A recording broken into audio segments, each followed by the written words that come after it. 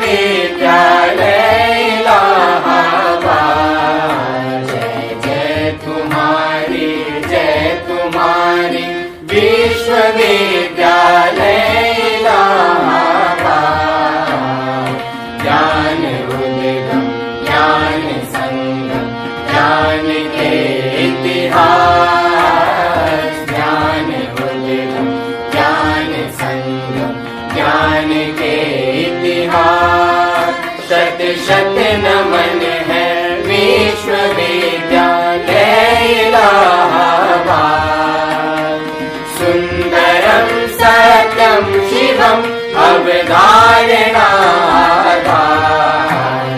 जय तुम्हारी।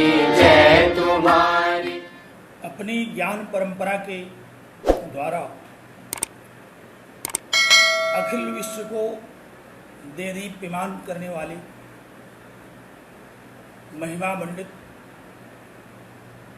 इलाहाबाद विश्वविद्यालय के परास्नातक संस्कृत विभागीय पूर्वार्ध के प्रिय तेजस्वी छात्रों छात्राओं पूर्व छात्रों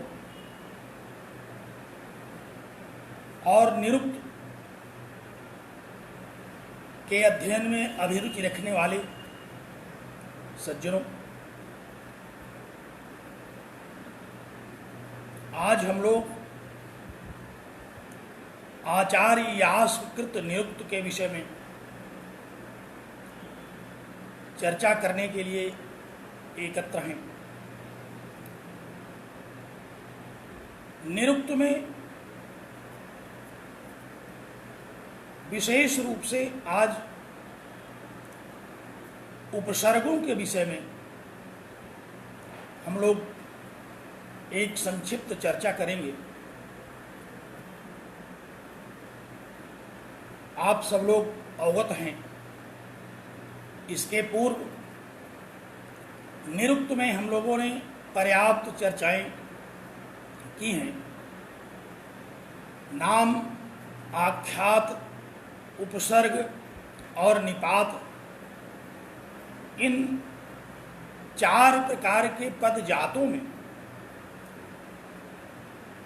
हम लोगों ने अभी तक नाम और आख्यात के विषय में पर्याप्त चर्चा कर ली है। नाम किसे कहते हैं? नाम से तात्पर्य संज्ञाओं से है। आख्यात क्या है? आप सब लोग जानते हैं कि आख्यात क्रियापदों से।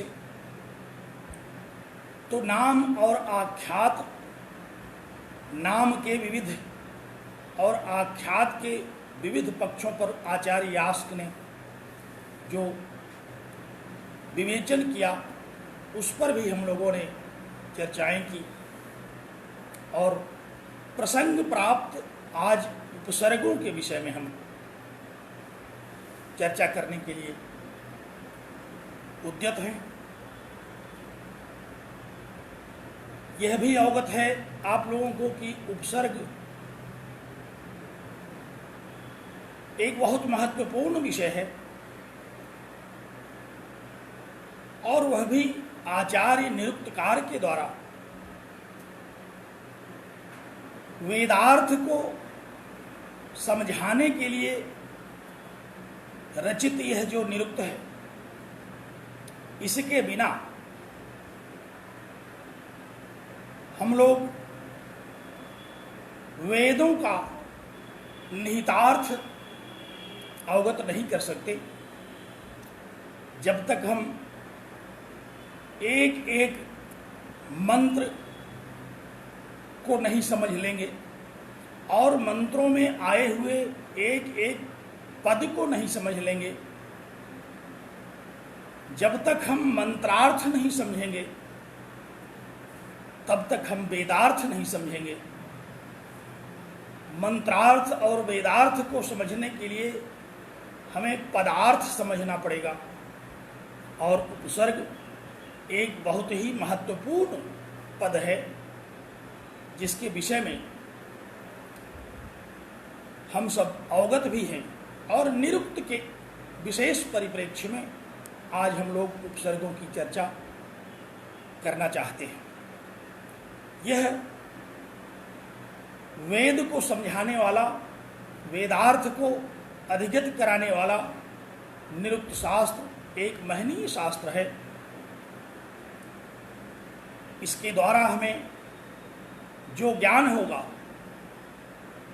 वह हम लोगों का परम मंगल करे, इस कामना के साथ आप सभी लोगों को मैं सस्नेह नमन करता हूँ और अपेक्षा करता हूँ कि आप लोग अपने अपने चित्त को एकाग्र करें और निरुक्त के विषय में चर्चा के लिए उद्यत हों। अपनी अपनी पुस्तक सामने रखें। निरुक्त शास्त्र पर जो भी ग्रंथ आपके पास है, आप उसमें उपसर्ग के निरूपण का प्रकरण अनावृत करें और ध्यान दें। आचार्य यास्क सीधे उपसर्गों के विषय में बिना कुछ कहे उनके अर्थ निरूपण के विषय में लिखते हैं। ध्यान दीजिए, निरुक्तकार की पंक्तियों को श्रवण कीजिए। न निरबद्धाः उपसर्गाः अर्थान् निराहुः इति शाकटायनो नामाख्यातयोस्तु कर्मोपसंयोगद्योतकाः भवन्ति। बिना किसी भूमिका के आचार्य ने निरुक्त शास्त्री एक विशेष प्रसंग आरंभ किया, और यह विशेष प्रसंग क्या है? इस विशेष प्रसंग में आचार्य ने कहा कि उपसर्गों के अर्थ के विषय में पहले तो जो भ्रम है उसको दूर करना चाहते हैं आचार्य। विद्वानों में, विशेष रूप से व्याकरण और निरुक्त शास्त्र के आचार्यों में, उपसर्गों के विषय में जो शास्त्रार्थ है उस पर आज निरुक्तकार अपना मंतव्य प्रस्तुत करना चाहते हैं। तो निरुक्तकार का मंतव्य प्रस्तुत करने के पूर्व एक सामान्य परिचय उपसर्गों का हमें जानना चाहिए कि उपसर्ग कहते किसको हैं। आप सब लोग वैसे तो उपसर्ग से एक सामान्य परिचय रखते हैं। हम आपको स्मरण कराने के लिए उसी परिचय को एक बार पुनः चर्चा का विषय बनाते हैं। ये उपसर्ग क्या हैं, कितने हैं, इस विषय में हम लोग आज चर्चा करेंगे। क्योंकि जब तक उपसर्गों का एक सामान्य ज्ञान हमें नहीं होगा तब तक उपसर्गों का विशेष ज्ञान पूर्ण रूपेण नहीं हो सकता, क्योंकि सामान्य ज्ञान के बाद ही विशेष ज्ञान होता है। इसलिए हम लोग उपसर्गों पर एक सामान्य चर्चा पहले करते हैं और फिर आचार्य यास्क का मंतव्य समझने की चेष्टा करते हैं। उपसर्गाः क्रिया योगे, आचार्य पाणिनि ने लिखा, एक सूत्र लिखा कि उपसर्गाः क्रिया योगे,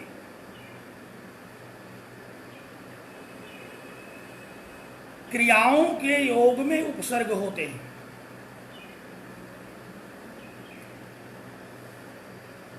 कहाँ होते हैं? क्रिया योगे, क्रिया के योग में, क्रिया के साथ संयोग होने पर कौन होते हैं उपसर्ग?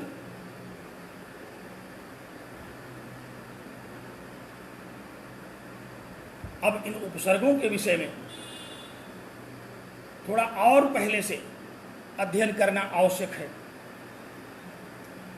उपसर्ग, निपात, गति संज्ञा, कर्म प्रवचनीय आदि कई संज्ञाएं संस्कृत व्याकरण में, पाणिनीय व्याकरण में विशेष उल्लेखनीय है। एक सूत्र है, चादयो असत्वे।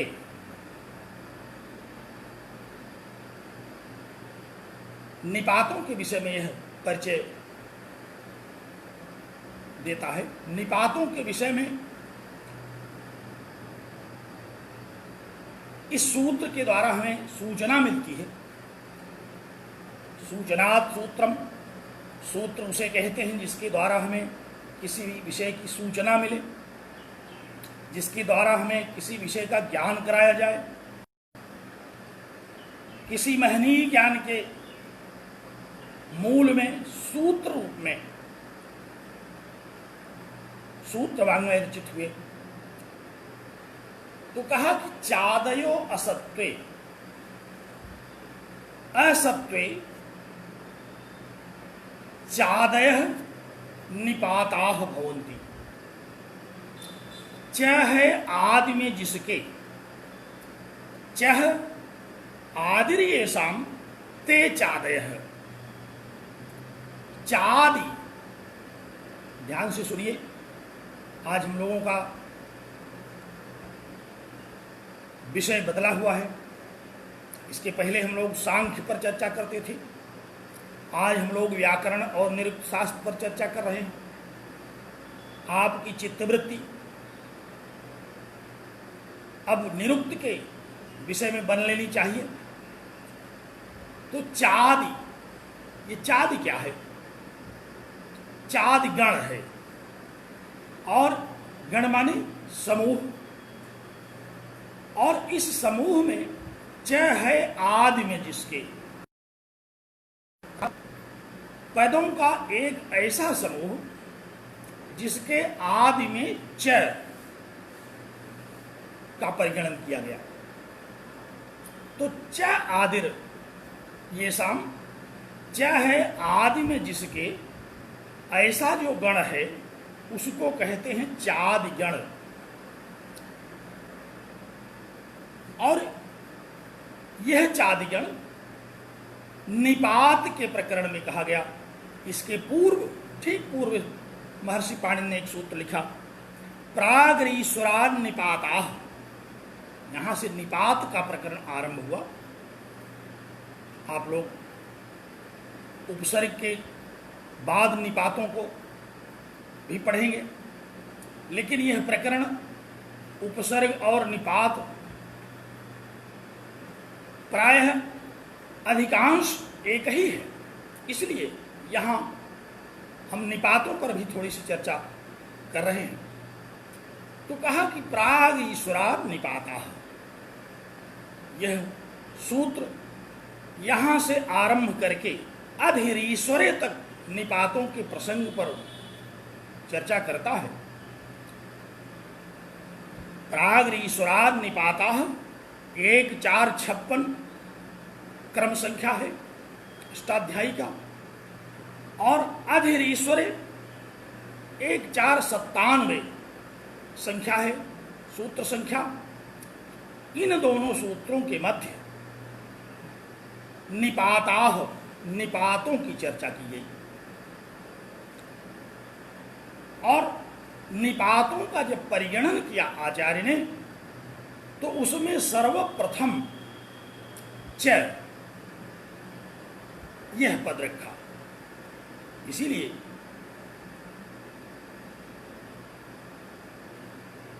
क्या कथन किया? कहा कि चह आदिर्येषाम् ते चादयः। च है आदि में जिसके, वह है चादयः माने चादि गण। उसको निपात कहते हैं। च है आदि में जिसके, ऐसे गण को निपात की संज्ञा दी गई। लेकिन एक और विशेष बात यही बताई कि असत्वे, जब ये पद सत्व के रूप में न कहे जा रहे हों तब, सत्व माने द्रव्य, किसी द्रव्य के अर्थ में जब इन पदों का प्रयोग न हो तब इन्हें हम निपात कहते हैं। बात समझ में आ रही होगी। ये चादिगण के अंतर्गत परिगणित जितने भी पद हैं, इन सभी पदों को हम निपात कहते हैं। और इनकी निपात संज्ञा कब होती है? कहा कि असत्वे, जब ये सत्वभूत न हो, जब ये किसी द्रव्य के अर्थ का वाचन न कर रहे हों, तब हम इन्हें निपात कहते हैं। ये द्रव्य अर्थ के रूप में न कहे जा रहे हों। अब यहाँ यह जिज्ञासा उठना स्वाभाविक है कि आखिर कैसे हम समझें कि ये द्रव्य के अर्थ में कहे जा रहे हैं कि निपात के अर्थ में। हम लोग जानते हैं कि लिंग संख्यान्वयित्वम द्रव्यत्वम, द्रव्य का लक्षण आचार्य ने किया। लिंग संख्यान्वयित्वम द्रव्यत्वम, द्रव्य उसे कहते हैं जो लिंग और वचन से अन्वित होता हो। जैसे रामः, अब रामः शब्द आपने पढ़ा, सुना, समझा। यहाँ यह जो पद है यह लिंग और संख्या दोनों के साथ अन्वित हो रहा है। रामः शब्द सुनते ही हम लोगों को, रामः शब्द पुल्लिंग है और रामः का तात्पर्य एक राम से है, इसलिए हम इस पद को द्रव्य कहते हैं। इसी तरह से रामः, कृष्णः, पुस्तकम, फलम, नदी इत्यादि जितने भी शब्द हैं, जो भी इस तरह के पद हैं जिनमें लिंग और संख्या का अन्वय होता है, अर्थात जिनके साथ लिंग और संख्या का भी बोध हो रहा है, वे सारे के सारे पद द्रव्य कहने योग्य हैं, उन्हें हम द्रव्य कहते हैं। और जो ऐसे नहीं हैं, न सत्वम इति असत्वम, जो द्रव्य नहीं है अर्थात जिनके श्रवण से लिंग और संख्या का बोध नहीं हो रहा है, उसे हम द्रव्य नहीं कहते। जैसे च, हम लोग च से बहुत पुराने संपर्क में हैं। च शब्द का क्या अर्थ है? च माने और, समुच्चय के अर्थ में आता है च। तो यहाँ च शब्द जब आया तो इसमें न तो संख्या का अन्वय हो रहा है और न ही लिंग का अन्वय हो रहा है, अर्थात च सुनने से न हमें संख्या का बोध हुआ न ही हमें लिंग का बोध हुआ, अर्थात यह अद्रव्य है, ये द्रव्य के अर्थ में प्रयुक्त नहीं है। तो चादयो असत्वे सूत्र कह करके आचार्य ने क्या समझाया? आचार्य ने यह समझाने की चेष्टा की कि ऐसे चादिगण के सारे शब्द जो द्रव्यवाची नहीं हैं उनको निपात कहते हैं। बात समझ में आ रही है? निपात किसे कहते हैं? कहा जो द्रव्यवाची नहीं है। च आदि, च, वा, ह, वै, ननु इत्यादि बहुत सारे निपात आप सब जानते हैं, जिनका वस्तुतः रूप नहीं चलता। हम लोग जिनके रूप नहीं चलाते, शब्द रूप धातु रूप की तरह इनके रूप नहीं चलते, इसीलिए इनको कहते हैं अव्यय। ये निपात जो हैं ये अव्यय हैं। सदृशम त्रिशुलिंगेषु सर्वासु च विभक्तिषु, ये सारी विभक्तियों में, सभी लिंगों में एक प्रकार से इनका श्रवण, इनका बोध हमें होता है, क्योंकि ये न तो पुल्लिंग के शब्द हैं, न स्त्रीलिंग के शब्द हैं, न ही नपुंसक लिंग के शब्द हैं। ये क्या हैं? अव्यय।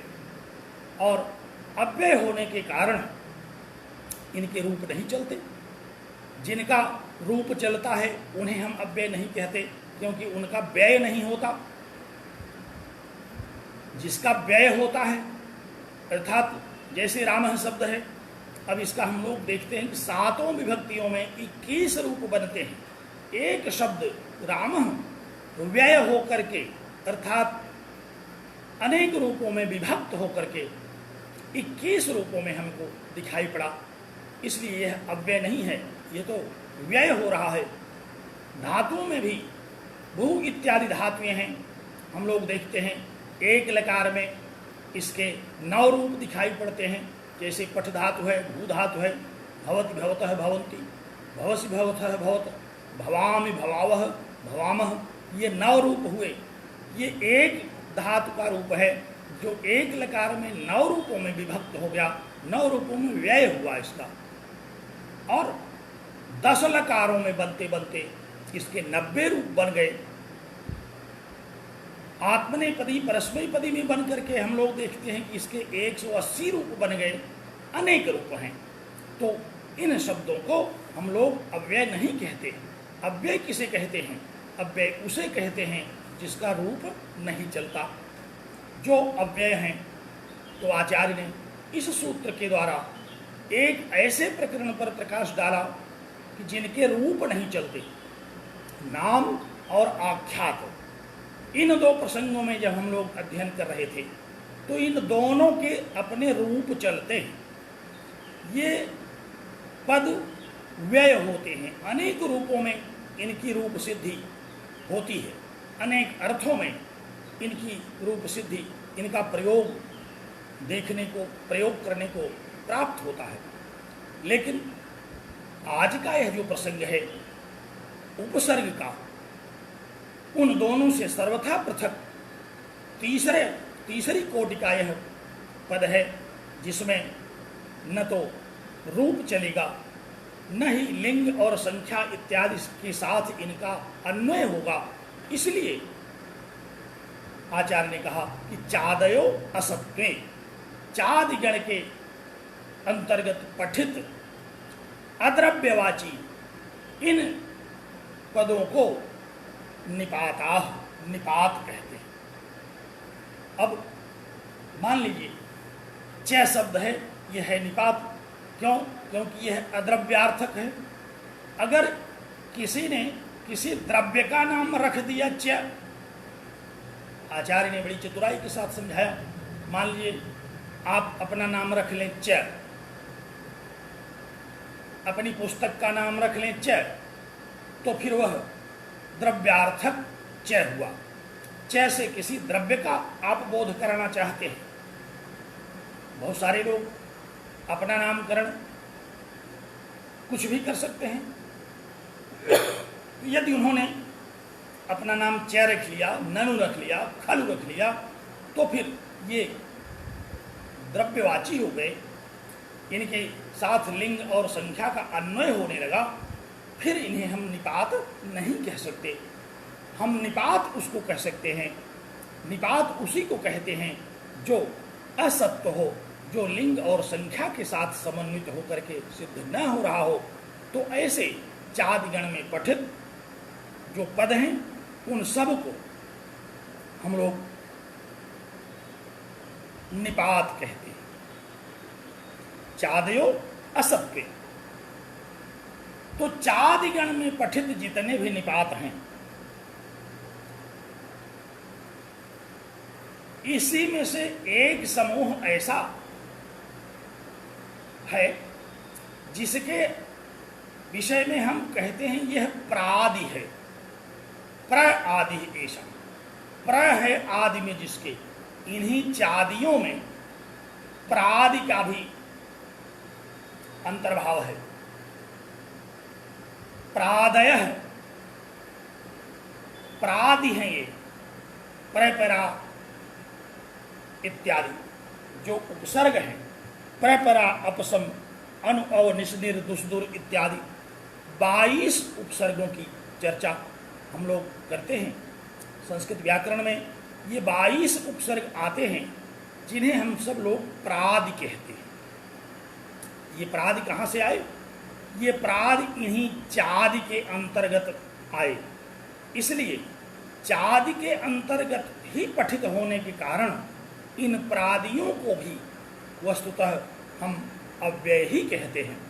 ये भी अव्यय हैं, ये भी सत्ववाची नहीं है, लेकिन ये एक विशेष परिप्रेक्ष्य में प्रादि संज्ञक होते हैं, उपसर्ग संज्ञक होते हैं। कब? कहा कि उपसर्गाः क्रिया योगे, क्रिया के योग में जब इन प्रादियों का प्रयोग होता है, जब क्रिया के साथ इनको संयुक्त करके हम प्रयोग करते हैं, तब इन्हीं प्रादियों की उपसर्ग संज्ञा होती है। ध्यान से सुनिए, बड़ा रोचक प्रसंग है, बहुत ही समझने योग्य विषय है। एक गण है चादि गण, जिसके अंतर्गत पठित सारे के सारे जो भी पद आए वे सब निपात कहे गए, और इन्हीं निपातों में से एक ऐसा गण हमारे समक्ष आता है जिसको हम प्रादि कहते हैं। और ये प्रादि किस प्रयोग में आता है? कहा कि क्रिया योगी, क्रिया के साथ संयुक्त होकर के, क्रिया के साथ क्रिया संयोगे, क्रिया के साथ संयुक्त होने पर इसको हम प्रादि कहते हैं, इसको उपसर्ग कहते हैं। यहाँ यह जिज्ञासा होती है कि आखिर ये प्रादि क्रिया के साथ किस प्रकार से संयुक्त होते हैं? ये पूर्व संयुक्त होते हैं कि अंत में संयुक्त होते हैं? इस शंका का निराकरण करने के लिए आचार्य ने एक सूत्र और बताया।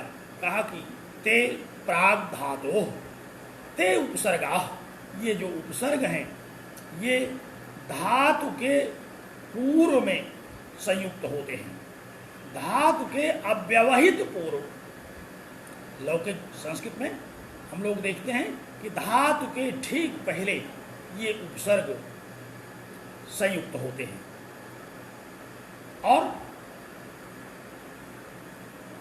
ठीक पूर्व संयुक्त होकर के यह प्रादि उपसर्ग की संज्ञा से विभूषित हो जाते हैं, क्योंकि उपसर्गाः क्रिया योगे, उपसर्ग क्रिया के साथ संयुक्त होते हैं। आप जानते हैं कि उपसर्ग क्रिया के साथ संयुक्त होते हैं, क्रिया के पूर्ववर्ती होते हैं, धातु के पूर्ववर्ती होते हैं, और इसी के साथ आने वाले जो प्रत्यय हैं, ये प्रत्यय परश्च, प्रत्यय परश्च सूत्र है। धातु के पूर्व उपसर्ग और धातु के पर प्रत्यय। तो ये उपसर्ग, धातु और प्रत्यय, इन तीनों को मिलकर के ही हम लोग पदों की रचना करते हैं। इसीलिए प्रत्येक पद में हमें जिज्ञासा होती है कि आखिर इसमें प्रकृति और प्रत्यय क्या है। प्रकृति माने धातु, और प्रत्यय जो धातुओं से लेकर के शब्दों का निर्वचन करते हैं, शब्दों की निष्पत्ति करते हैं, और उनके भी पूर्व लगने वाला यह प्रादि, जो 22 प्रादि हैं जिनको हम उपसर्गों की संज्ञा से विभूषित करते हैं संस्कृत व्याकरण में। तो ऐसे ये 22 उपसर्ग हैं जो कि क्रिया के साथ संयुक्त होते हैं। तो चादय है, चादि के अंतर्गत आने वाले ये प्रादि संस्कृत व्याकरण में धातु के अव्यवहित पूर्व, लौकिक संस्कृत में अव्यवहित पूर्व इनका प्रयोग होता है। तो हम लोगों ने उपसर्ग के विषय में समझा, एक सामान्य परिचय प्राप्त किया कि ये उपसर्ग क्या हैं। निपातों के अंतर्गत पठित 22 ऐसे प्रादि संज्ञक शब्द हैं जिन्हें हम उपसर्ग के नाम से जानते हैं, और ये क्रिया के साथ जुड़ करके प्रयुक्त होते हैं। क्रिया के अव्यवहित पूर्व ठीक पहले इनका संयोग होता है, और ये उपसर्ग के रूप में प्रयुक्त होते हैं।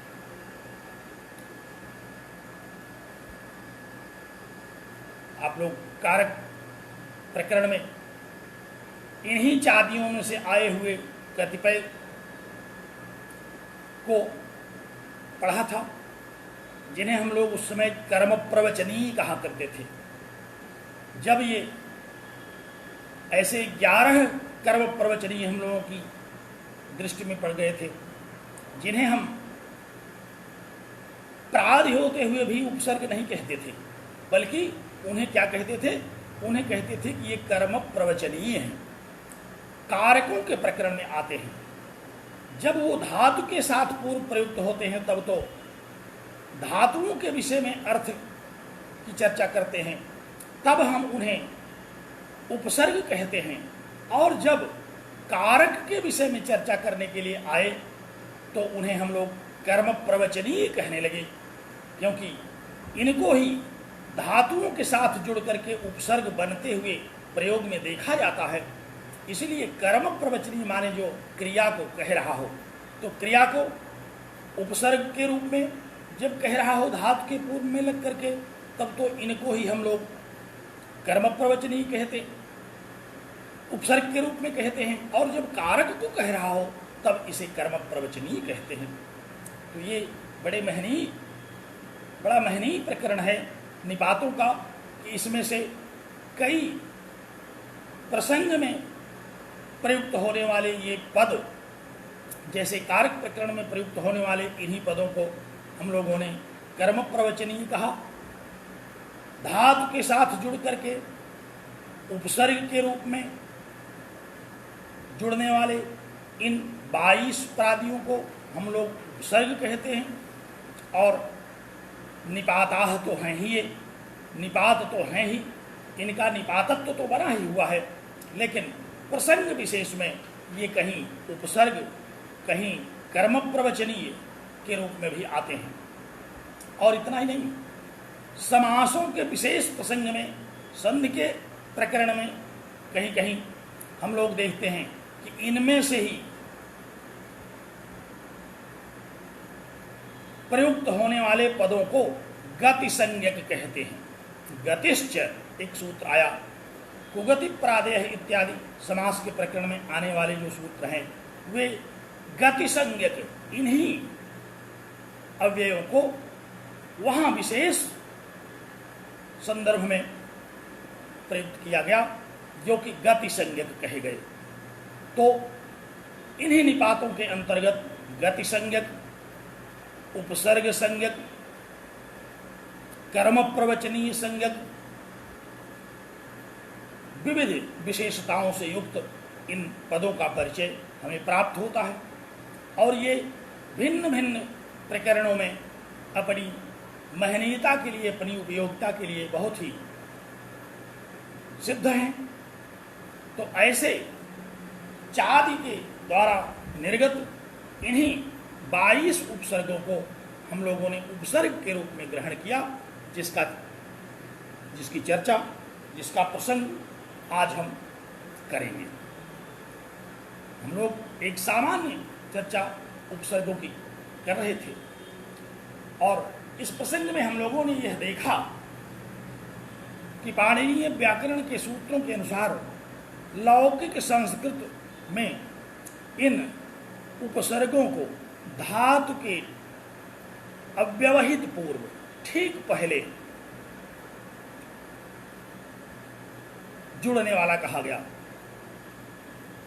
पहले ही इनका संयोग होता है, ते प्राग धातु, इसीलिए कहा कि धातु के पहले ते उपसर्गाः, ये उपसर्ग होते हैं।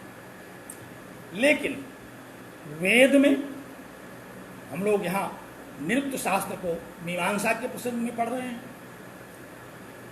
वेद में इनका प्रयोग किस प्रकार होता है? कहते हैं कि वेद में पहले भी होता है, और छंदसि परेपि, छंदसि वेदे, वेद में इन उपसर्गों का प्रयोग पर माने बाद में भी होता है।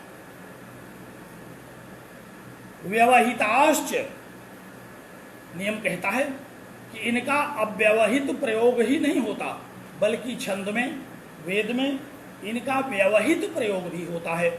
इनका अलग से, अर्थात धातु के ठीक पूर्व न जुड़ करके ये स्वतंत्र रूप से मंत्र में कहीं भी निरूपित होते हैं, और तब भी ये उपसर्ग कहे जाते हैं।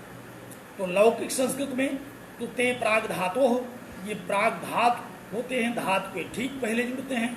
लेकिन में वैदिक संस्कृत में इनका प्रयोग परे भी शब्दों के बाद में भी, धातु के परवर्ती भी और दूरवर्ती भी, पूरे मंत्र में कहीं भी धातु अर्थात क्रिया का प्रयोग होगा और उपसर्ग का भी पूरे मंत्र में कहीं भी प्रयोग कर सकते हैं।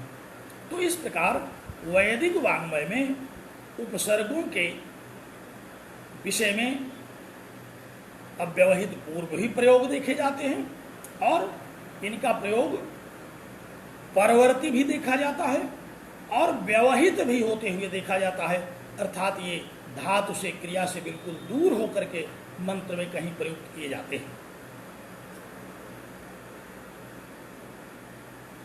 ध्यान दीजिए, हम लोगों ने उपसर्गों के विषय में एक सामान्य चर्चा की कि लौकिक संस्कृत में किस प्रकार से इनका प्रयोग होता है, लौकिक संस्कृत में किस तरह से धातु के तत्काल पूर्व संयुक्त होते हैं और वैदिक संस्कृत में ये पूर्व और पर, व्यवहित और अव्यवहित दोनों तरह से इनका प्रयोग होता है।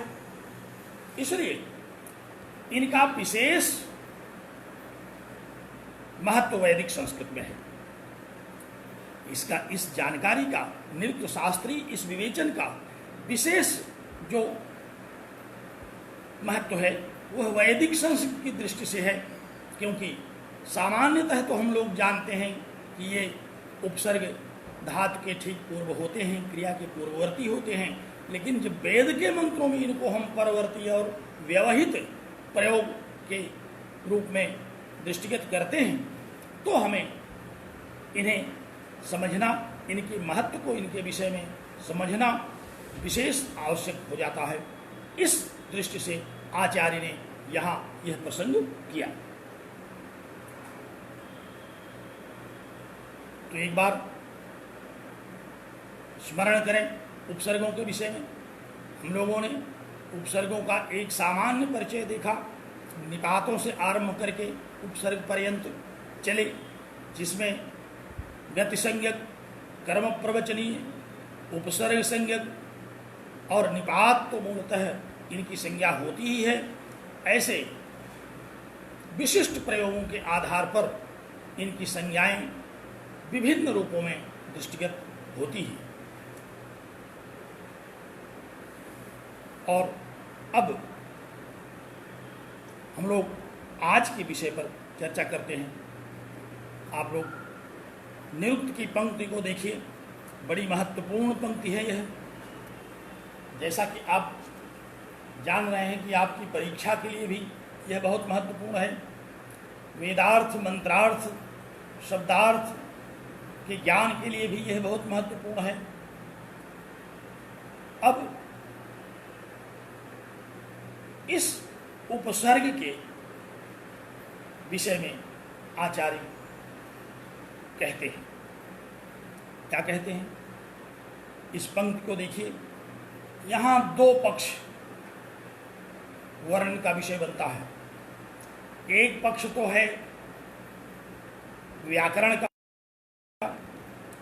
और दूसरा पक्ष है निरुक्तकार का, मीमांसा शास्त्र का। तो व्याकरण शास्त्र और मीमांसा शास्त्र के अनुसार इन उपसर्गों के विषय में पृथक पृथक अवधारणा की गई। इन दोनों ही अवधारणाओं को समझ लेना आचार्य की दृष्टि में बहुत आवश्यक है, क्योंकि वेदार्थ को समझने के लिए जब तक उपसर्गों के विषय में इस अवधारणा का निराकरण नहीं हो जाता तब तक हम वेदार्थ को ठीक से नहीं समझ सकते। इसलिए आचार्य ने इस प्रसंग का आरंभ किया। कहा कि न निर्बद्धा उपसर्गा अर्थान्निराहो इति शाकटायन। आचार्य शाकटायन के द्वारा उक्त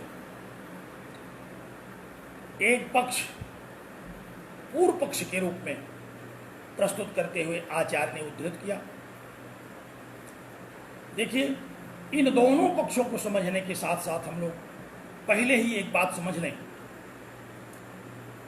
कि व्याकरण का यह मंतव्य है कि उपसर्गों के अपने स्वतंत्र अर्थ नहीं होते हैं। जब धातु के साथ उपसर्गों का प्रयोग किया जाता है तब ये उन्हीं धातुओं के अर्थ को द्योतित करते हैं, उन्हीं धातुओं के विशेष अर्थों को प्रकाशित करते हैं। ठीक से समझिए, व्याकरण का, पाणिनीय व्याकरण का और आचार्य शाकटायन भी व्याकरण हैं, गुणादि सूत्रों के कर्ता हैं। इनका अपना क्या पक्ष है? इनका पक्ष यह है कि उपसर्गों के अपने स्वतंत्र अर्थ नहीं होते हैं, अपितु धातु के साथ संयुक्त होकर के ये धातु के अर्थ विशेष की ही सर्जना करते हैं। ध्यान से सुनिए। प्रायः हम लोग एक उक्ति सुनते हैं कि उपसर्गेण धात्वर्थो बल प्रहाराहार संहार विहार परिहारोत। हम लोग पढ़ते हैं कि उपसर्गों के द्वारा धातु के अर्थ में एक ऐसा द्योतन किया जाता है, एक चमत्कार पैदा कर दिया जाता है कि उनके अर्थ में परिवर्तन हो जाता है। जैसे हरि धातु से बने हुए कई शब्द हम लोग देखते हैं। प्र उपसर्ग पूर्वक हरि धातु से प्रहार, वि उपसर्ग से विहार, सम उपसर्ग से संहार, आ उपसर्ग से आहार। तो उपसर्ग बदलते हैं और धातु के अर्थ बदल जाते हैं। धातु वही है, लेकिन इन उपसर्गों के द्वारा धात्वर्थ, जो धातु का अर्थ है, वह बलात् अन्यत्र नीयते, वह बलपूर्वक अन्यत्र माने अन्य विषय में उपस्थित कर दिया जाता है। हरि धातु ही है, हरि धातु का एक अर्थ है हरण करना, लेकिन जब ये उपसर्ग उसके साथ लगते हैं तो प्र उपसर्ग लगने पर ही हरि धातु का जो अर्थ है, सम उपसर्ग लगने के बाद हरि धातु का वह अर्थ नहीं रह जाता, वि उपसर्ग लगने के बाद हरि धातु का वह अर्थ नहीं लग जाता, परि उपसर्ग लगने के बाद हरि धातु का वह अर्थ नहीं रह जाता। तो इन उपसर्गों के द्वारा धातुओं के अर्थ में चमत्कार पैदा किया जाता है, धातुओं के नए नए अर्थों को प्रकाशित किया जाता है। इसे कहते हैं कि ये धातु के अर्थ का द्योतन करते हैं, धातु के अंतर्गत निहित विविध अर्थों का प्रकाशन करते हैं। ये किसका मंतव्य है? यह व्याकरण का मंतव्य है, पाणिनी व्याकरण का यह मंतव्य है कि उपसर्गों का अपना कोई स्वतंत्र अर्थ नहीं होता, बल्कि इन उपसर्गों के द्वारा धातु के साथ संयुक्त हो जाने पर धातुओं के अर्थ विशेष की सर्जना की जाती है। आचार्यों ने कहा कि उपसर्ग क्या है, किसे कहते हैं उपसर्ग? कहा कि धातुम उपगृह्य, धातु को ग्रहण करके तेषाम अर्थ विशेषम सृजन्ति इति उपसर्गाः, उन्हीं के अर्थ विशेष की जो सर्जना करते हैं वे उपसर्ग हैं। धातु को ग्रहण करके धातु के अंतर्गत ही निहित अर्थों के विशेष विशेष प्रसंग को उद्धृत करते हैं, द्योतित करते हैं, उनको उपसर्ग कहते हैं। तेषाम एवं विशेष अर्थम सृजन्ति, उन्हीं धातुओं के विशेष अर्थ का सृजन करते हैं, उन्हीं विशेष अर्थों को प्रकट करते हैं। इनका अपना कोई अर्थ नहीं है, बल्कि ये धातु के अंतर्गत निहित अर्थों की निहित अर्थों का प्रकाशन करते हैं। तो व्याकरण का यह पक्ष है कि ये अर्थ के द्योतक हैं, धात्वर्थ के द्योतक हैं, इनका अपना कोई अर्थ नहीं होता। द्योतक माने प्रकाशित करने वाला।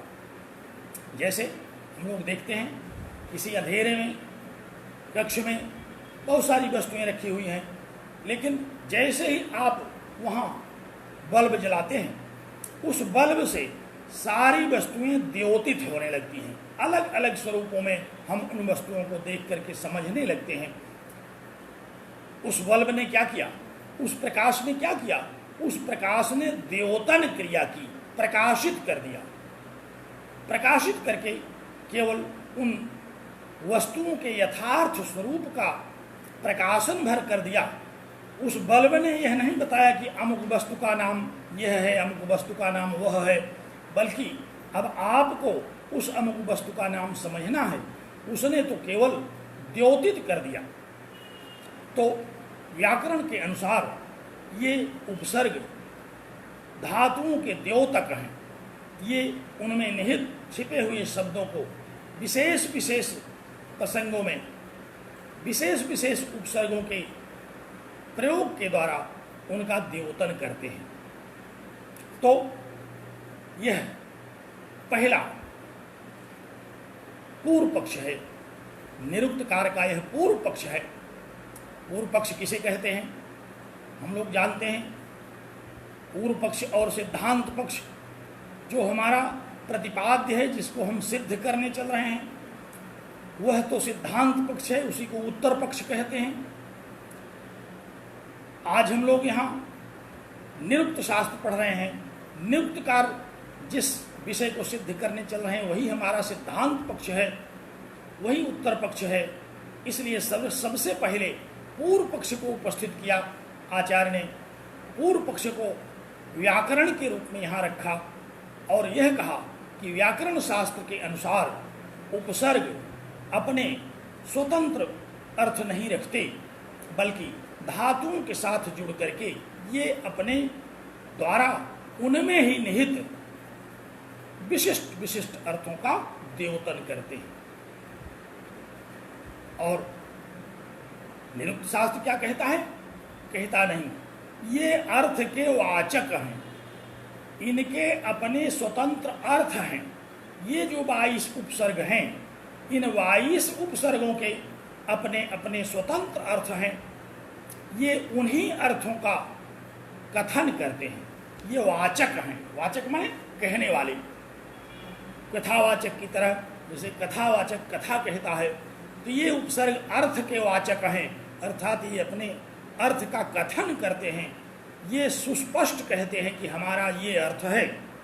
जैसे प्र, परा, अप, सम इत्यादि। तो प्र उपसर्ग कहता है कि हमारा अमुक अर्थ है, परा उपसर्ग कहता है कि हमारा अमुक अर्थ है। तो ये अपने स्वतंत्र अर्थों का वाचन करते हैं, अपने स्वतंत्र अर्थों को कहते हैं। ये किसी दूसरे के अर्थ को द्योतित नहीं करते, बल्कि निरुक्तकार के अनुसार इनके अपने स्वतंत्र अर्थ हैं और ये अपने उन्हीं स्वतंत्र अर्थों का भली भांति उद्घोष करते हैं, भली भांति कथन करते हैं। और यह इसलिए भी अभीष्ट है निरुक्तकार को, क्योंकि वेद के किसी भी मंत्र में कोई भी एक पद, कोई भी एक वर्ण, कोई भी एक मात्रा भी निरर्थक नहीं हो सकती। अगर हम यह मान लें कि उपसर्गों के अपने कोई अर्थ नहीं होते, तो फिर वैदिक मंत्रों में आए हुए जो उपसर्ग हैं, उन उपसर्गों का अपना कोई अर्थ ही नहीं होगा। और क्योंकि बहुत सारे उपसर्ग स्वतंत्र रूप से किसी भी धातु के साथ जुड़ करके प्रयुक्त नहीं हैं, बल्कि वे स्वतंत्र रूप से प्रयुक्त हैं, उनका धातु के साथ अव्यवहित प्रयोग नहीं है, बल्कि वे व्यवहित प्रयोग के द्वारा वहाँ दृष्टिगोचर होते हैं। तो स्वतंत्र रूप से दृष्टिगोचर होने वाले उन उपसर्गों का अर्थ कैसे निर्धारित किया जाएगा? और व्याकरण की दृष्टि से अगर हम यह स्वीकार करने लगें कि उनका कोई अपना अर्थ नहीं है, तो मंत्रों में जहाँ जहाँ भी उपसर्गों का प्रयोग होगा वे सब अनर्थक हो जाएंगे, और वेद मंत्र में एक भी वर्ण का अनर्थक होना संभव नहीं है, क्योंकि वेद के एक एक वर्ण, यहाँ तक कि हम लोग देखते हैं उदात्त, अनुदात्त, स्वरित इत्यादि, ह्रस्व, दीर्घ, प्लुत, इनके द्वारा अर्थ का निर्धारण किया जाता है। तो यदि मंत्रों में एक एक वर्ण के द्वारा, एक एक मात्रा के द्वारा अर्थ का निर्धारण होता है, अर्थ का परिवर्तन होता है, और उन्हीं में कतिपय ऐसे उपसर्ग के रूप में दृष्टिगोचर होने वाले पद ऐसे भी दिखाई पड़े जिनके विषय में यह मानना पड़े कि इनका कोई अर्थ नहीं होता, तो वेद मंत्रों में ऐसे अनर्थक शब्दों को मानना पड़ेगा और यह मीमांसा को अभीष्ट नहीं है, क्योंकि अनर्थक कोई भी वर्ण वेद मंत्र में नहीं हो सकता।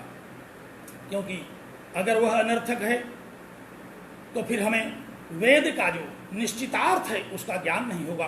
किसी भी यज्ञ में हम अनर्थक वर्णों के साथ मंत्र का पाठ करेंगे, मंत्र के समग्र अर्थ को वह बाधित करेगा। इसलिए उपसर्गों के अपने अर्थ होते हैं। यदि इनके अर्थ स्वीकार न किए जाएं तो उससे मंत्रार्थ बाधित होगा, वेदार्थ बाधित होगा और अंततः जो वेद का परम प्रयोजन है, जो कि स्वर्ग और निःश्रेयस की प्राप्ति कराने के लिए वैदिक वाङ्मय का उपयोग कहा जाता है, फिर हम स्वर्ग और निःश्रेयस की प्राप्ति से वंचित होने लगेंगे। अगर वैदिक संहिताओं में, वैदिक मंत्रों में, वैदिक वाङ्मय में उपसर्ग के रूप में अनर्थक शब्दों का प्रवेश योग्य हो तो फिर हमें जो अभीष्ट हमारी पुरुषार्थ की प्राप्ति है उसमें बाधा उपस्थित होगी और हमें स्वर्ग, निःश्रेयस इत्यादि की प्राप्ति में बाधा का सामना करना होगा। इसलिए आचार्य यास्क ने कहा, मीमांसकों ने कहा, निरुक्तकारों ने कहा कि उपसर्गों के अपने स्वतंत्र अर्थ होते हैं और ये अपने उन्हीं स्वतंत्र अर्थों को बार बार सुस्पष्ट रूप से कहते हैं, उसी का प्रतिपादन करते हैं। उनके साथ ही वेद के मंत्र अवगत होते हैं, उनके साथ सार्थक हो करके उन उपसर्गों का हम सार्थक ज्ञान करके वेदार्थ को, मंत्रार्थ को समझ करके अपने परम कल्याण का चिंतन करते हैं। तो इन्हीं दो पक्षों को उपस्थित किया आचार्य ने। आप पुनः उन पंक्तियों को देखें, इन पंक्तियों को समझते हैं हम लोग। क्या कहा इन पंक्तियों में? कहा कि न निर्बद्धा उपसर्गाः अर्थान निराहुः इति शाकटायनः नामाख्यातयोस्तु कर्मोपसंयोग द्योतकाः भवन्ति। इस वाक्य का एक एक पद समझना आवश्यक है। उपसर्गाः, उपसर्ग, अर्थान निराहुः, अर्थों को निश्चय रूप से कहते हैं। देखिए ध्यान से, इस पंक्ति का क्या अर्थ है? कहा कि उपसर्गाः, उपसर्ग, अर्थान निराहुः, अर्थों को निश्चय रूप से कहते हैं। लेकिन अभी यह समग्र अर्थ नहीं है। इसके पहले और पद ध्यान में देना है। न निर्बद्धाः उपसर्गाः,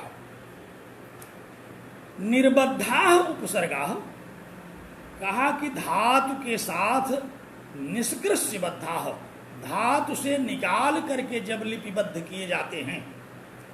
ध्यान से सुनिएगा क्या कहा निरुक्तकार ने इस पंक्ति में।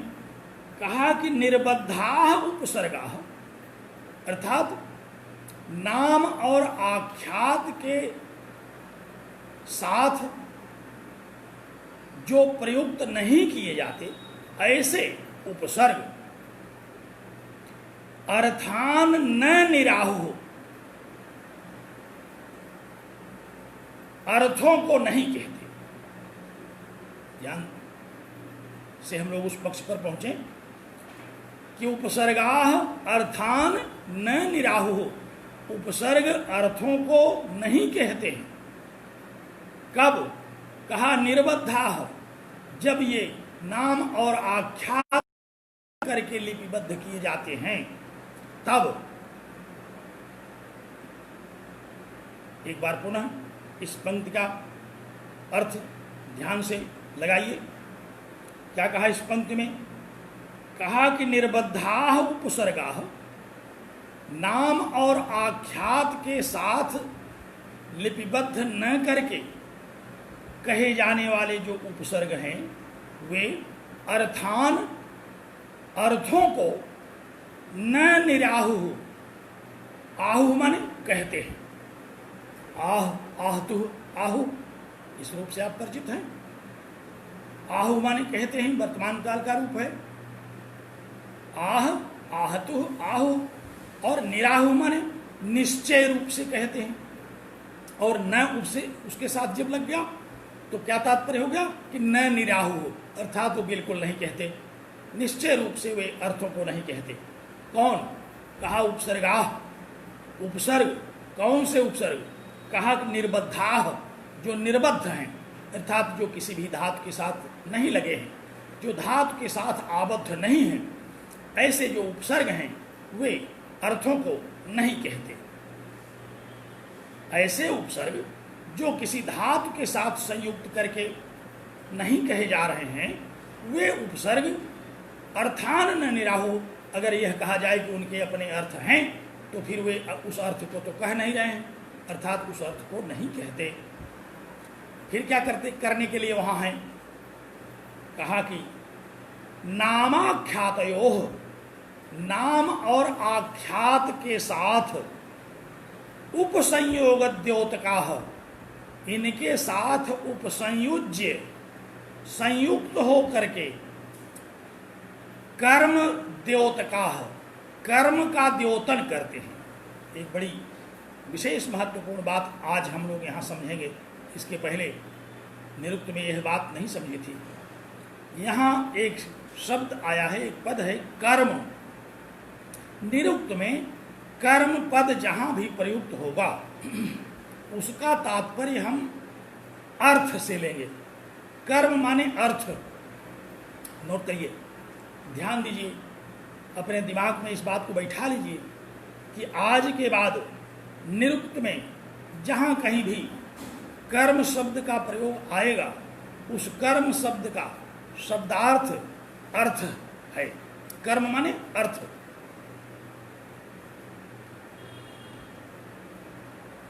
बात सुना आप लोगों ने? ध्यान से सुनिए। कर्म माने अर्थ, लेकिन कहाँ? निरुक्त शास्त्र में। अन्यत्र तो कर्म का जो अर्थ आप जानते हैं वही होता है, लेकिन निरुक्त शास्त्र में कर्म का तात्पर्य क्या होता है? अर्थ। तो कहा कि नामाख्यातयोः उपसंयोग द्योतकाः, नाम और आख्यात के साथ जुड़ करके कर्म द्योतकाः, ये अर्थ के द्योतक होते हैं। ये नाम और आख्यात के साथ जुड़ने के बाद ही उन नाम और आख्यात के विशेष अर्थों के द्योतन करने वाले होते हैं। भवंती, होते हैं। क्या होते हैं? कहा कि द्योतकाः, द्योतन करने वाले, प्रकाशन करने वाले। किस बात का प्रकाशन करते हैं? कहा कि कर्म का प्रकाशन। कर्म माने अर्थ, अर्थ का प्रकाशन। किसके अर्थ का? कहा कि नामाख्यातयोः, नाम और आख्यात के अर्थ का। जब ये उपसर्ग किसी भी धातु के साथ जुड़ते हैं तो फिर ये उसी के अर्थ का द्योतन करते हैं। इनका स्वतंत्र अपना कोई अर्थ नहीं है। एक बात यहाँ और ध्यान देने की है कि लौकिक संस्कृत में तो हम लोग यह देख रहे थे कि ये धातु के साथ जुड़ करके ही अर्थ विशेष की सर्जना कर रहे हैं, लेकिन वैदिक संस्कृत में ये संज्ञाओं के साथ भी लगते हैं। संज्ञा के साथ भी इनका प्रयोग होता है, नाम के साथ। क्यों? अभी हम लोग आगे पढ़ेंगे। सर्वाणि नामानि आख्यातजान, जितने भी नाम हैं वे सब धातुज हैं, अर्थात सारे नामों की सिद्धि किसी न किसी धातु से होती है। तो नाम भी धातुज हैं, इसलिए नाम के साथ भी उपसर्ग लगते हैं। तो नामाख्यातयोः, नाम और आख्यात के साथ उपसंयोग, संयुक्त हो करके कर्म द्योतकाः भवन्ति, अर्थ के द्योतक होते हैं। इस पंक्ति का तात्पर्य ठीक से समझ में यदि नहीं आएगा तो बात नहीं बनेगी। इस पंक्ति का तात्पर्य ठीक से समझिए। क्या कहा इस पंक्ति के वक्ता ने? इस पंक्ति के वक्ता कौन है? शाकटायन, शाकटायनाचार्य, जो वैयाकरण हैं, ये व्याकरण के आचार्य हैं, व्याकरण का पक्ष उपस्थित कर रहे हैं। तो यहाँ व्याकरण के पक्ष को ही पूर्व पक्ष के रूप में उपस्थित करते हुए इस वाक्य को उद्धृत किया गया। और इस वाक्य का क्या आशय है? कहा कि निर्बद्धा उपसर्गा, नाम और आख्यात से निकाल करके अलग से जब प्रयुक्त होते हैं उपसर्ग, तो वे उपसर्ग अर्थान न निराहु, अर्थों को बिल्कुल नहीं कहते, वे अर्थों को एकदम से नहीं कहते। और नामाख्यात हेतु, जब वे नाम और आख्यात के साथ जोड़ करके कहे जाते हैं, नाम और आख्यात के साथ संयुक्त होकर के जब प्रयुक्त होते हैं, तो कर्म द्योतका, अर्थ के द्योतक होते हैं। इति शाकटायन, ऐसा आचार्य शाकटायन ने कहा। शाकटायनाचार्य जो व्याकरण के आचार्य हैं, उन्होंने व्याकरण का पक्ष रखते हुए यहाँ इस बात का स्थापन किया, इस बात को पूर्व पक्ष के रूप में प्रतिष्ठित कर दिया गया कि जब भी वेद में उपसर्गों का प्रयोग होगा और नाम तथा आख्यात से उनका अलग से लिपिबद्ध उनको किया जाएगा, नाम के साथ संयुक्त करके न कहा जाए अथवा आख्यात के साथ संयुक्त करके नहीं कहा जाएगा, तो ऐसे जो उपसर्ग हैं वे अर्थ के द्योतक नहीं होंगे, वे अर्थ को, अपने स्वतंत्र अर्थ को कहेंगे नहीं। इति शाकटायन, ऐसा आचार्य शाकटायन का कहना है। और हम लोग इसी बात पर चर्चा कर रहे थे कि यदि ऐसी बात हम मान लें तो मंत्रों में आए हुए जो भी उपसर्ग हैं, फिर इनके अपने कोई स्वतंत्र अर्थ नहीं होंगे, और स्वतंत्र अर्थ न होने के कारण मंत्रार्थ, वेदार्थ और परम पुरुषार्थ इत्यादि की प्राप्ति में बाधा उपस्थित होगी। तो इस पूर्व पक्ष को निरुक्तकार ने उपस्थित किया। वस्तुतः शास्त्र का अपना, शास्त्र की एक शैली है। निरुक्तकार ने यहाँ व्याकरण के पक्ष को उद्धृत करने के लिए शाकटायनाचार्य की इस सोच को, इस उनके मंतव्य को उद्धृत किया, जिसमें वैयाकरणों का यह तात्पर्य निर्धारित किया गया कि उपसर्गों के अपने स्वतंत्र अर्थ नहीं हैं, चाहे वह वेद में हों, चाहे वह लौकिक संस्कृत में हो। वेद में भी और लौकिक संस्कृत में भी जब कहीं ये अलग से अगर दिखते हैं तो इनका अर्थ नहीं होगा। इसीलिए पाणिनीय व्याकरण में तो इनके लिए सुदृढ़ नियम बना दिया गया कि ते प्राग धातु हो, वे धातु के पहले ही जुड़ करके होंगे, अब यदि उपसर्ग हैं तो। लेकिन वैदिक वाङ्मय में तो यह नियम है कि छंदस परे अपि, छंदों में वह अलग से भी रहेंगे, व्यवहिताश्च, उनका प्रयोग भी व्यवहित होगा। इसलिए विशेष रूप से यह संकट वैदिक वाङ्मय के लिए है, जिसका निराकरण करना मीमांसकों को परम अभीष्ट है। और इसी निराकरण के लिए आचार्य यास्क ने और सभी निरुक्तकारों ने इस बात का यहाँ कथन किया कि उपसर्गों के अपने स्वतंत्र अर्थ हैं, मंत्रों में प्रयुक्त होकर के, चाहे धातु के साथ जुड़ करके प्रयुक्त किए गए हों अथवा धातु से हट करके मंत्र में कहीं अलग से प्रयुक्त किए गए हों, फिर भी उनके अपने स्वतंत्र अर्थ होते हैं। यदि उनके स्वतंत्र अर्थों की स्वीकृति नहीं की जाएगी तो मंत्रार्थ बाधित होगा। तो यह पूर्व पक्ष उपस्थित किया। पहला पूर्व पक्ष क्या था व्याकरण का? कि उपसर्ग द्योतक हैं, अर्थों के वाचक नहीं। और अब दूसरी पंक्ति से जो इस शास्त्र का, निरुक्तकार का जो अपना मंतव्य है, जो यहाँ उत्तर पक्ष है, जो सिद्धांत पक्ष है, उसका निरूपण करते हैं। आचार्य कहते हैं, दूसरी पंक्ति देखिए, ध्यान से पंक्ति पर दृष्टि डालिए। क्या कहते हैं? कहा कि उच्चावचाह पदार्थाः भवन्ति इति गार्ग्यः। निरुक्तकार ने यहाँ एक पुराने निरुक्तकार का वाक्य उद्धृत किया। आचार्यास का यह आशय है कि ये सभी निरुक्तकारों का, सभी मीमांसकों का मंतव्य है, ये हमारा अपना अकेला मंतव्य नहीं है कि उपसर्गों के अपने स्वतंत्र अर्थ होते हैं। उपसर्गों के अपने स्वतंत्र अर्थ होते हैं, इस बात का निरूपण करने के लिए निरुक्तकार ने आचार्य गार्ग्य का यह वाक्य उद्धृत किया और कहा कि उच्चावचाह पदार्थाः भवन्ति।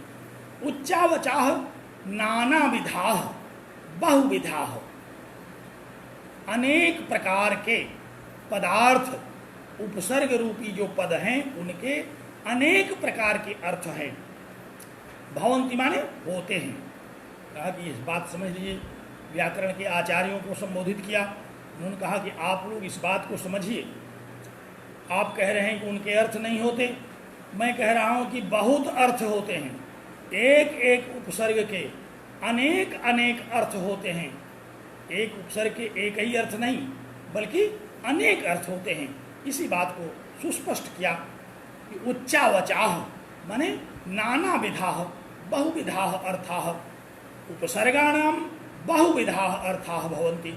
उपसर्गों के बहु प्रकारक, अनेक प्रकार के, नाना प्रकार के, एक एक उपसर्ग के विविध अर्थ होते हैं। इति गार्ग्य, ऐसा निरुक्तकार गार्ग्य का मत है। गर्ग के वो शिष्य हैं, ये पुराने निरुक्तकार हैं। हम लोग निरुक्त शास्त्र की भूमिका में देखते हैं कि आचार्य व्यास के पूर्व लगभग 18 निरुक्तकारों का नाम उल्लेख आया है। ये सब आचार्य व्यास के पूर्व के निरुक्तकार हैं, लेकिन उन आचार्यों का जो निरुक्त शास्त्र है वह हमें उपलब्ध नहीं है।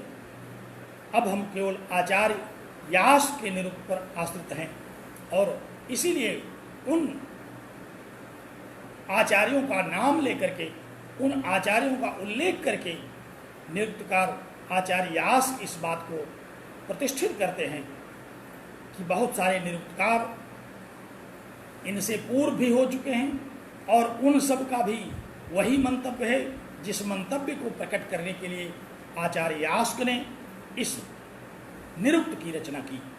तो क्या कहा निरुक्तकार ने? कहा कि उच्चावचाह पदार्थाः भवन्ति। बहुत सारे उपसर्गों के अपने स्वतंत्र अर्थ बहुत सारे होते हैं। यह प्राचीन काल से निरुक्तकारों का मत है और आचार्य व्यास के अनुसार यही आचार्य व्यास का भी मत है। किसी भी व्यक्ति के मत को उपस्थित करना और उसको समर्थन देना, यही तो अपना पक्ष है। यह शास्त्र की अपनी एक शैली है कि इस पक्ष के पक्षधर हम अकेले नहीं हैं, बल्कि इस पक्ष के पक्षधर और भी आचार्यगण हैं। तो यहाँ यह पंक्ति उद्धृत की कि उच्चावचाह पदार्थाः भवन्ति इति गार्ग्य है। निरुक्त के अनुसार, प्राचीन निरुक्तकारों के अनुसार भी उपसर्गों के विविध प्रकार के अर्थ होते हैं, इसमें किसी प्रकार का कोई संदेह नहीं है। और उस करना, उसी अर्थ को स्वीकार करना, उसी अर्थ का निरूपण करना आचार्य व्यास का भी अपना अभिमत है। तो क्या है उपसर्गों का अर्थ? कहा कि तदय एषु पदार्थ है, जो इनके अपने अर्थ हैं। एषु उपसर्गेषु, इन उपसर्गों में, इन उपसर्ग रूपी पदों में यह अर्थ है जो इनका अपना अर्थ है।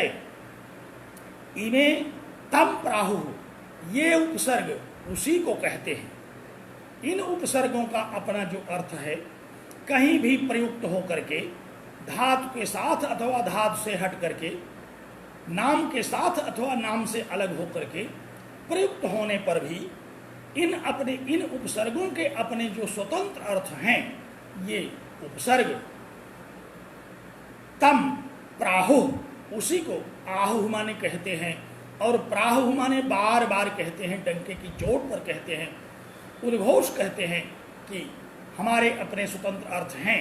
उपसर्गों का कहना है कि हम किसी दूसरे के अर्थ का द्योतन नहीं करते, बल्कि हमारे अपने स्वतंत्र अर्थ हैं। हम अपने में निहित उन्हीं स्वतंत्र अर्थों का बारंबार कथन करते हैं। वैयाकरणों ने कहा कि क्या है आपका स्वतंत्र अर्थ? कहा वही जो आप समझ रहे हैं। क्या समझ रहे हैं? कहा कि नामाख्यातयोः अर्थ विकरणम। जो आपने कहा कि उपसर्ग द्योतन करते हैं नाम और आख्यात के अर्थों का, वह द्योतन होने के बाद वाला जो अर्थ आप समझ रहे हैं वो मैं किसी दूसरे के अर्थ का द्योतन नहीं करता, बल्कि वो हमारा अपना अर्थ है। तो अर्थ विकरणम, जो भी अर्थ में विकार हुआ, अर्थ का जो भी विकृति हुई, अर्थ का जो भी प्रकाशन हुआ, वह नाम आख्यातयोः अर्थ विकरणम, नाम और आख्यात में आए हुए उस अर्थ के प्रकाशन का अर्थ अपने उपसर्गों का अपना अर्थ है, वे किसी दूसरे के अर्थ का प्रकाशन नहीं करते। तो निरुक्तकार ने इन पंक्तियों के द्वारा यह स्थापित किया कि उच्चावचाः उपसर्ग पदार्थाः भवन्ति, उपसर्ग रूपी पदों के अपने विविध प्रकार के अर्थ होते हैं और उनमें निहित जो अपना स्वतंत्र अर्थ है, ये उपसर्ग उन्हीं को बारंबार कहते हैं। और वैयाकरणों के अनुसार जो अर्थ का विकार प्रकट हो रहा था, ये अर्थ को द्योतित जिसको मान रहे थे, ये अर्थ द्योतन नहीं है, बल्कि ये उनका अपना स्वतंत्र अर्थ है, जो कि व्याकरणकारों को समझ में नहीं आ रहा है। ये मीमांसा के अनुसार उपसर्गों का अपना स्वतंत्र अर्थ है, जो कि उपसर्ग स्वयं इस बात को नाम के साथ जुड़ करके, आख्यात के साथ जुड़ करके अथवा मंत्रों में इनसे पृथक भी लिपिबद्ध होकर के स्वतंत्र रूप से कहते हैं। तो पूर्व पक्ष के रूप में हम लोगों ने व्याकरण का पक्ष सुना, जो आचार्य शाकटायन के मत के रूप में उद्धृत किया गया और जिसको पाणिनीय व्याकरण के सभी वैयाकरणों का मत माना जाता है।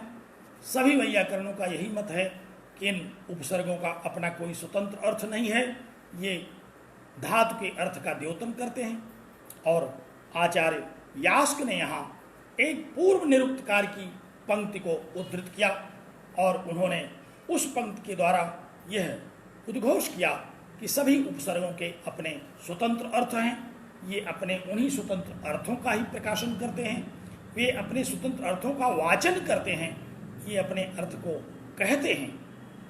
तो यह अर्थ किसका है? ये अर्थ निरुक्तकार का और मीमांसा का है।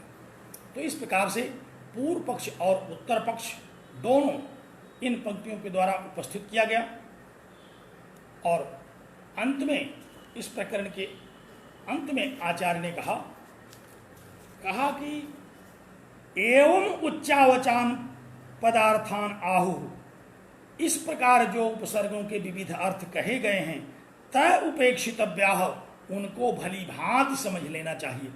जब तक उनको भली भांति आप समझ नहीं लेंगे, इन उपसर्गों के अर्थों को नहीं समझ पाएंगे, तब तक हम मंत्रों में निहित उपसर्गों के अर्थों को नहीं समझ पाएंगे और मंत्रार्थ को नहीं समझ पाएंगे, वेदार्थ को नहीं समझ पाएंगे और वेद का जो निहितार्थ है उसको नहीं समझ पाएंगे। इस प्रकार दोनों पक्षों को यहाँ पूर्व पक्ष और उत्तर पक्ष के रूप में कहा गया। अब इसके बाद निरुक्तकार ने एक एक उपसर्ग का कथन किया, एक एक उपसर्ग को उद्धृत किया और उस उपसर्ग का क्या स्वतंत्र अर्थ है इसका निरूपण किया। 22 उपसर्गों के अपने एक एक दो दो अर्थों का वाचन करते हुए आचार्य यास्क ने इस निरुक्त के अंतर्गत निरूपण किया। हम लोग एक एक उपसर्ग को पढ़ेंगे और उसका क्या स्वतंत्र अर्थ है इसको समझेंगे। तो 22 उपसर्गों का अर्थ निरूपण करना, अब हम इस विषय का निरूपण कल करेंगे। आज हम यही अपने वक्तव्य पर विराम देते हैं। 22 उपसर्गों के अर्थ निरूपण में पर्याप्त समय अपेक्षित है, इसलिए अच्छी तरह से उनका निरूपण हम लोग कल करेंगे। आज इन्हीं शब्दों के साथ निरुक्त पर उपसर्गों के विषय में व्याकरण और मीमांसा का जो पक्ष है उसको संक्षेप में हम लोगों ने सुना, समझने की चेष्टा की और समझा भी। इन्हीं शब्दों के साथ अब आज का हम वक्तव्य, आज का व्याख्यान यहीं रोकते हैं।